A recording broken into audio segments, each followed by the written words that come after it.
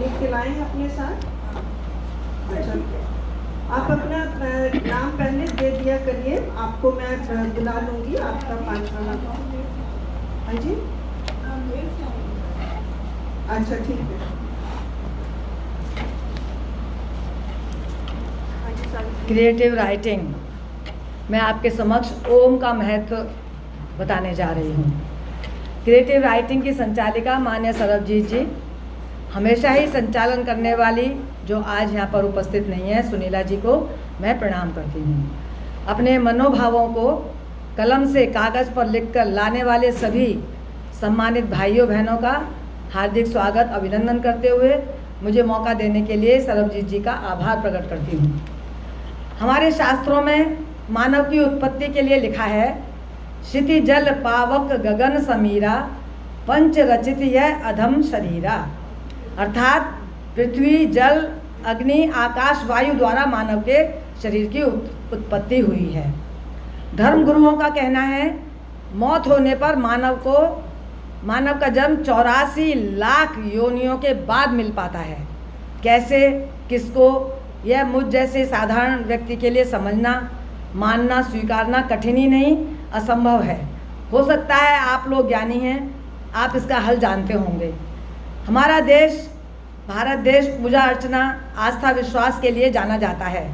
कहते हैं कि यदि चींटी और चींटे को चुगाएं तो 100 ब्राह्मणों का पुण्य प्राप्त होता है। बहुत लोग इसे पुराणपंथी, ढकोसला, बैकवर्ड का नाम देते हैं, परंतु आज कोरोना जैसी महामारी ने पूरे विश्व को जता दिया कि हमारे देश की परंपराएं, हमारी पूजा विधि, हमारा खान पान, हमारे संस्कार, संयुक्त परिवार की एकता आदि बहुत महत्वपूर्ण हैं। इस महामारी ने सबके समक्ष ये सत्य लाके रख दिया है। तभी तो हम 33 करोड़ देवताओं के देश में रहते हैं, पूजते हैं पहाड़, नदी, सूर्य, चंद्रमा, तारे, पीपल, नीम, आंवला, पृथ्वी आदि आदि पूजन बड़े मनोयोग से करते हैं। भारत के उत्तर से दक्षिण, पूर्व से पश्चिम, कोने कोने में अपने अपने मत के अनुसार इन करोड़ों देवी देवताओं का विधि विधान से पूजन होता है। मैं आर्य समाजी परिवार से हूँ, परंतु उत्तर प्रदेश में सनातनी परिवार में गई। आपको विश्वास नहीं होगा, हमारी मदर इन लॉ हर रोज़ कोई ना कोई पूजा अवश्य होती थी। ऐसे नहीं, दीवार पर रखकर पूजन किया जाता था और मैं बड़ी आश्चर्यचकित होकर देखती थी। पर उनका आस्था और विश्वास इतना जुड़ा हुआ था कि ना करने की हिम्मत नहीं थी, उसे नकारने की हिम्मत नहीं थी।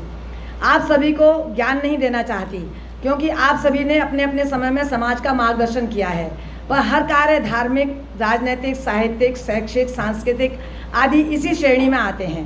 हमारे देश में सैकड़ों बोली, धर्म, गुरु, पंथ होने पर भी हर प्राणी स्वतंत्र है अपनाने के लिए और कोई भी धर्म मानने के लिए। वेद हमारे प्राचीन ग्रंथ हैं। मनुस्मृति में कहा है हरेक को धर्म के 10 लक्षणों को अपनाना चाहिए। धृति, क्षमा, दमो, अस्ते, शौच, इंद्रिय निग्रह, धी विद्या, दशकम दोषम, दशकम धर्म लक्षणम।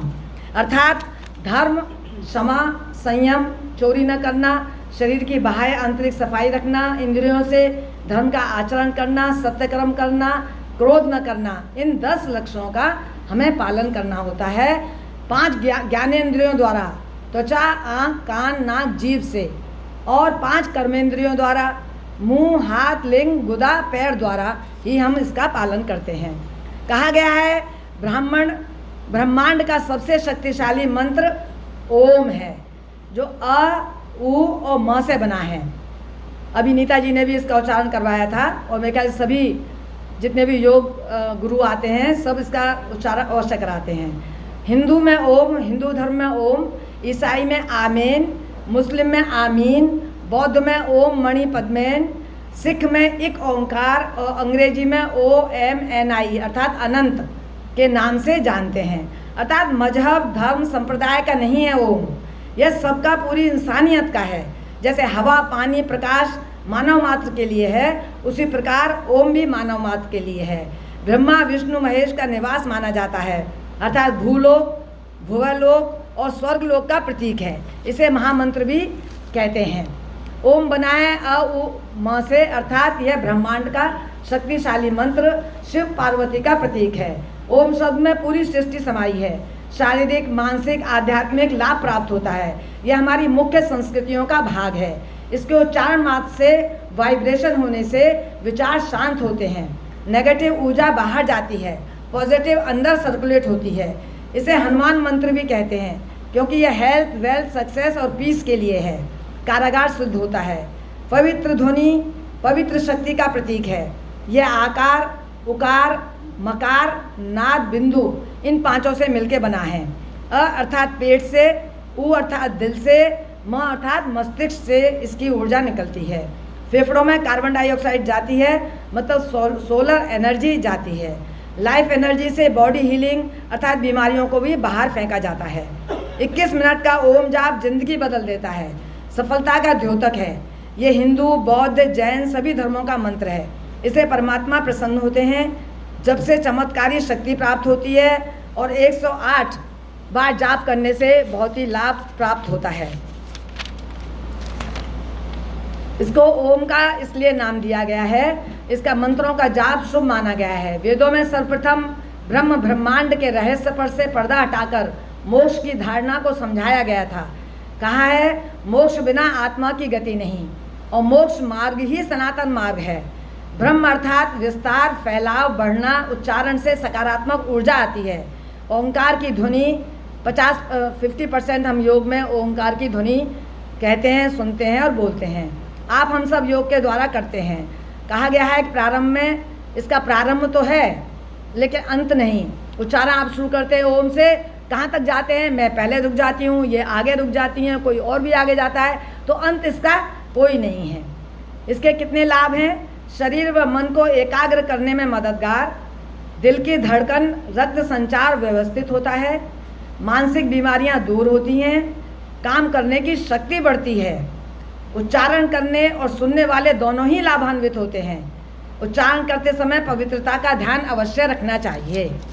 अंत में ओम है जीवन हमारा, ओम प्राणाधार है, ओम है कर्ता विधाता, ओम पालनहार है, ओम सबका पूज है, हम ओम का पूजन करें। ओम ही के ध्यान से हम शुद्ध अपना मन करें। ओम के जप से हमारा ज्ञान बढ़ता जाएगा। अंत में यह ओम हमको मुक्ति तक पहुंचाएगा और आईसीसी के आंगन में ओम का झंडा सदा लहराएगा। धन्यवाद। जय हिंद, जय भारत। बहुत अच्छा बोला आपने सावित्री जी, बहुत अच्छा बोला।